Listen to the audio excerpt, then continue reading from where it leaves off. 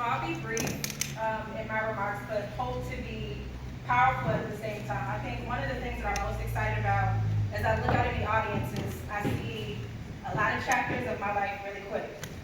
First and foremost, my mother is here from Maryland to be here for this occasion tonight, so I'm truly blessed for her presence, along with my brother, Clarence Hughes, who's also here. So we're grateful for them to be here with me tonight for this special occasion. Hopefully you all think it's special too.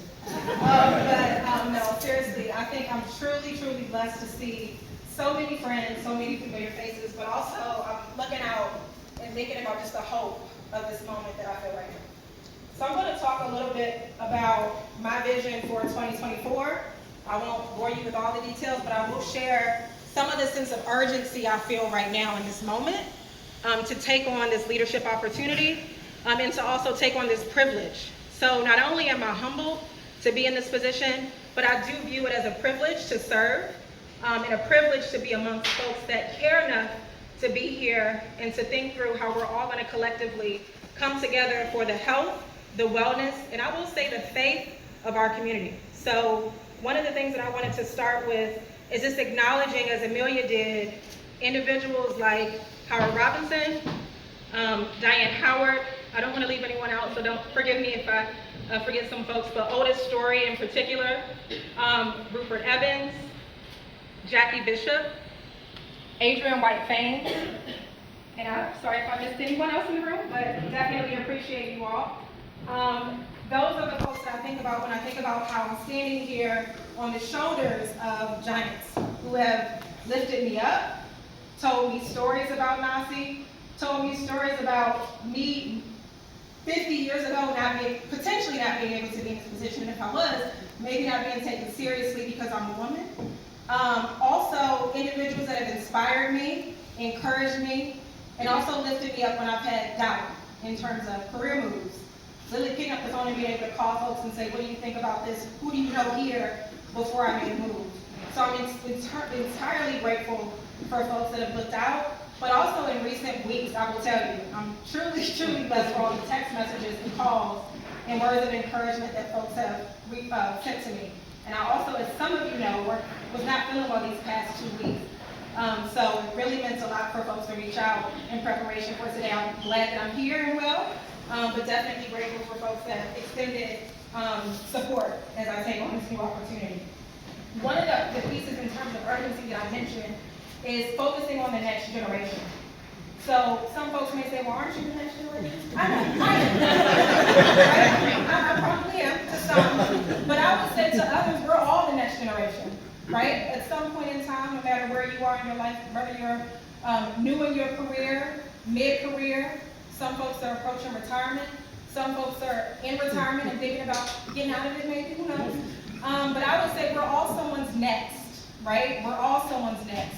So as I took some time to think about today's words that I wanted to bring with you, I did have a quick conversation with Howard Robinson last week randomly. And I said I'm struggling because I can't really see me in this position. I'm thinking about the person behind me, actually. I'm thinking about Nada, who's coming behind me. What am I going to do to prepare this chapter and her to be better, to be well? What work do I need to do to ensure that this chapter is much stronger beyond my time and my leadership? So I was thinking well beyond the next 2 years. So I just want to tell you that he said that's how you should be thinking. You're a leader, right? So I'm not thinking about me. I'm thinking about what we need to do to ensure that the next e-board is better off. And that's my goal. So I think of it as we have legends, living legends in the room. I have colleagues in the room, sorors in the room, grad school friends in the room, new friends in the room. But we also have the future in this room. So I'm thinking about individuals like Guy Morris, Danielle Moore, Ellie, Osi, that are here excited. I'm excited that they're excited, right? So let's clap for that though. I think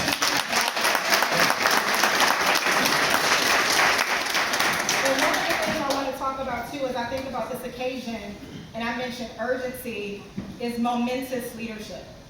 Being very present in the moment, being very critical to what you can be and who you can be a leader to in the moment. So you don't have to be a CEO. You don't have to be the president of NAHSE Chicago. I was going to say NAHSE, but I didn't. To influence others, to empower others, and to also inspire others. So I encourage you, just thinking about the state of Chicago, the health of Chicago, the mental state of our community, to lead where you are in the moment. So one of the other things I wanted to mention too is kindness. There is so much power in kindness. There's so much power in saying hello to someone. How are you? Truly, right? We're all fine, but we're all not, right? So ask someone, like, how are you doing? And how can I help? I encourage you to ask the follow-up question. So I encourage you all to do that tomorrow. So if you ask someone how they're doing, they say, oh, well, what does that mean for you, right? How can I help you? I'm concerned about the state of community in Chicago, or lack thereof, particularly among ourselves, right? We're living in a very, very challenging time. I encourage you all to have faith in that. And I also encourage you, again, to have power, but to also give it away. So I absolutely love to give my power away. One reason is because I'm confident. So I feel like even if I give it to you, you can't do it like me, right? I can give you the recipe, but it still might not taste as sweet. And I don't mean that in a cocky way, but I'm saying that because as we have leaders in this room that have power and influence, give it away, and you're not going to lose a thing. So that's my other thought, is to give the power away as you earn it. As you give it away, and you won't lose anything. Now going back to, I actually looked this up because I want to be correct. Momentous leadership. That's, if you don't take anything away from that, I want you to take momentous leadership away. I'm also looking to the new board with hope, faith, and excitement that will take every occasion to be very much impactful in every moment. So the definition of momentous is of great importance or significance, especially its bearing on the future, right? So as I mentioned, as we think about the next generation, as we think about our power, our influence in the moment, I encourage you all to bear the future, right? Think about those that are coming behind you. My other thought too is for everyone at different points and phases in your life to think about the 3 Ps, which are patience. We want everything faster, sooner. I'm looking at y'all. Faster, sooner, right? In comparison to others. As they say, comparison kills. Stay very focused, just as we all will at NAHSE Chicago, and also persevere. So that's the second P, is perseverance.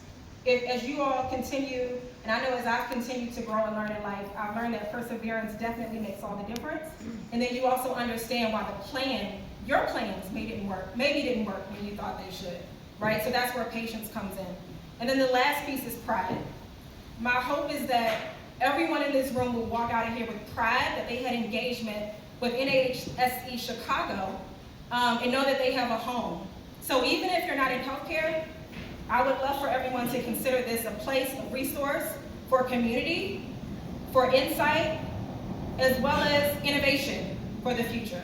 So again, I would love for everyone to walk with a sense of pride into the incoming executive board. If you all could stand really quickly. Just want to acknowledge and thank you all for your trust in me. And thank you all for your leadership. And also I want to thank you all for stepping up and stepping in collaboration, in community, and also in love, quite frankly, with me. So I'm looking forward to working with you all. Thank you. And lastly, I simply want to thank you all for your support, for your faith and trust in me. And we have an upcoming event, so I've got to plug that. NAHSE Chicago, NAHSE Chicago is currently collaborating with University of Chicago Medicine, as well as Cook County Health, as well as HFMA. We're having an event that's focused on homelessness and healthcare and the cost of that in the next week and a half, so you should be getting some information about that. So if you can attend, that would be great. I know it's pretty close, so if you can't, that's fine too. But without further ado, I'm also going to introduce our keynote speaker, President Tony Preckwinkle.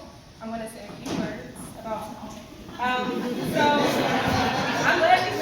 So for those that don't know, President Preckwinkle was elected to the Cook County Board in 2010. She is the first African American woman elected, and she currently leads the woman elected to run the second largest county in the nation.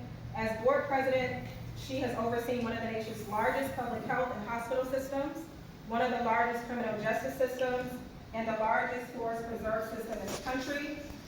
One of the things that I wanted to quickly mention, and it's commendable, is just as early as last week, President Preckwinkle and her team made an announcement about Cook County, the Medical Debt Relief Initiative, which abolished $280 million in medical debt for Cook County residents.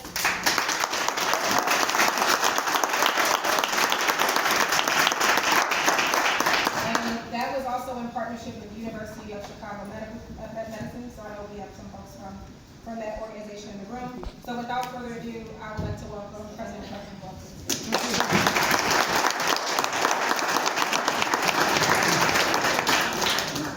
Good evening, everybody. Good evening. I'm very grateful to be invited to be with you today.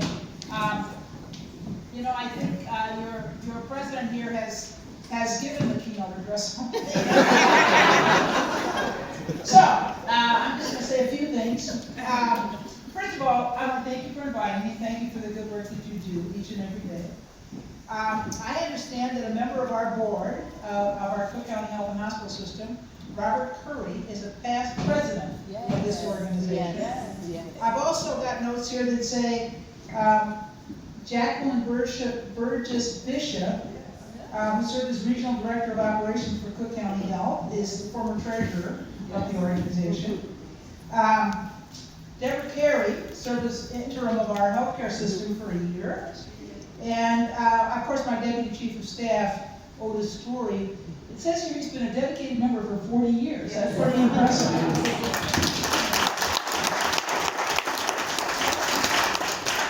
So we run a health and hospital system in a country that doesn't have universal health care. And in my mind, of course, that's one of our most distressing characteristics as a nation, that we don't invest in the health of our people in that way.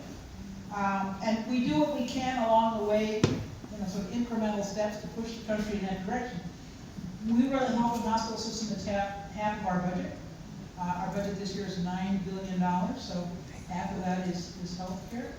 And in addition to that, as you just heard, we decided to use some of the federal money that we got to deal with the pandemic and its consequences to our residents and to our local units of government for medical debt relief. We put aside $12 million, and as you all know, hospital systems, physician groups sell their medical debt to collection agencies for pennies on the dollar. So what we've done is make agreements with those healthcare systems. The University of Chicago was the most recent addition to that pool of folks.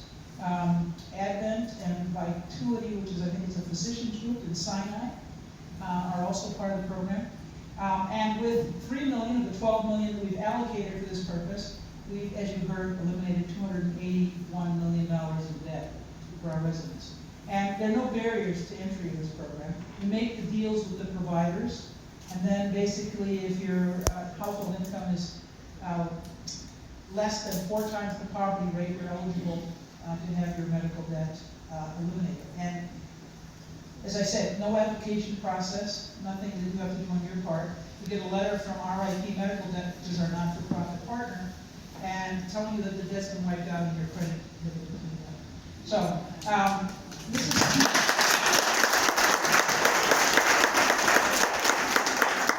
as I said, in a country that disgracefully does not have universal health care, we're doing what we can both on the provider side and on the side of sort of out-of-the-box activity to deal with the medical debt that families may incur. And as you probably know, medical debt is the main reason that people declare bankruptcy in this country. So, I want to thank each and every one of you for all you do to support our residents, to support the institutions that provide care for our residents, and to support our African American community. We've got to have access to quality health care if we're going to have vibrant communities, and you do that good work each and every day.